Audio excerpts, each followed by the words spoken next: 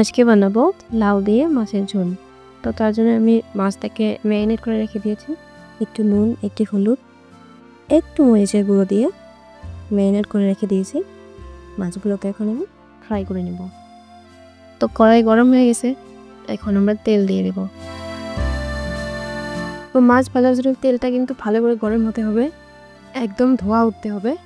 তো দেখুন আমার তেল গরম হয়ে গেছে, এখন আমি একটা একটা করে মাছ দেবো এখানে। আমি এখানে কাতলা মাছ দিয়েছি, আপনারা যে কোনো মাছ দিয়ে চলতে পারেন। হিসাব মাছগুলো এক পিঠ হতে দেবো ভালো করে, তারপরে উল্টিয়ে দেবো। মাছগুলোকে আমি উল্টিয়ে দিয়েছি, একে ভালো করে হেঁটে দিন। তো মাছ আমাদের ভাজা হতে থাক। এখানে দেখি আমরা মশলা কী কী নিয়েছি। তো তার জন্য নিয়েছি আমরা একটা বড় সাইজের পেঁয়াজ কুচি, আদা রসুন বাটা, একটা শুকনো লঙ্কা, একটা তেজপাতা আর 3-4টে কাঁচা লঙ্কা। কাঁচা লঙ্কা আপনারা নিজের ইচ্ছা মতো দিতে পারেন।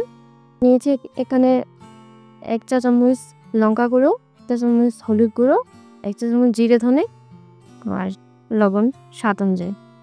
এখন এখানে একটু পানি দিয়ে দেব।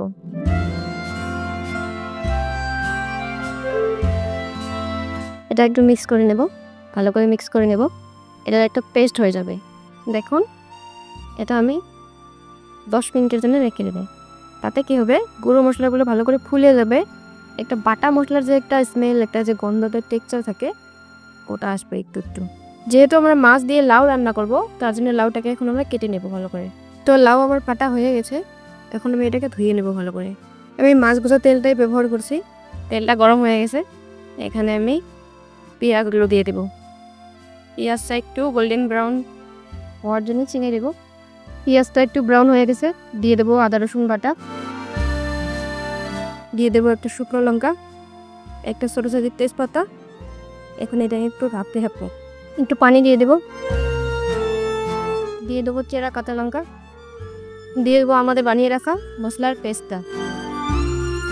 এটাকে একটু কষতে দেবো।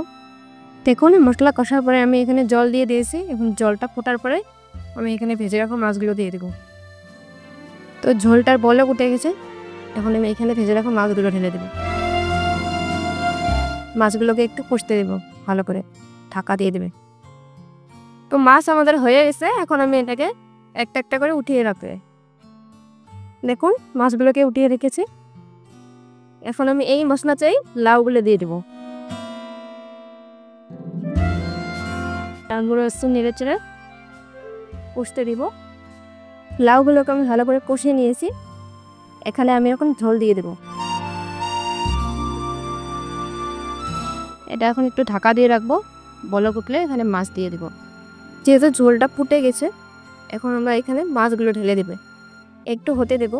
দেখুন আমাদের লাউ দিয়ে মাছের ঝোল রেডি একদম। তো লাস্টে আমি দিয়ে দেবো ভিতরে ধনে পাতা। যেহেতু সিজন ধনে পাতার, তো এটা না দিলেই নয় আর কি। স্পেশালি লাউয়ের ঝোলের মধ্যে এখন খাওয়ার জন্য একদম রেডি। এটা এখন আমি নামিয়ে নেব।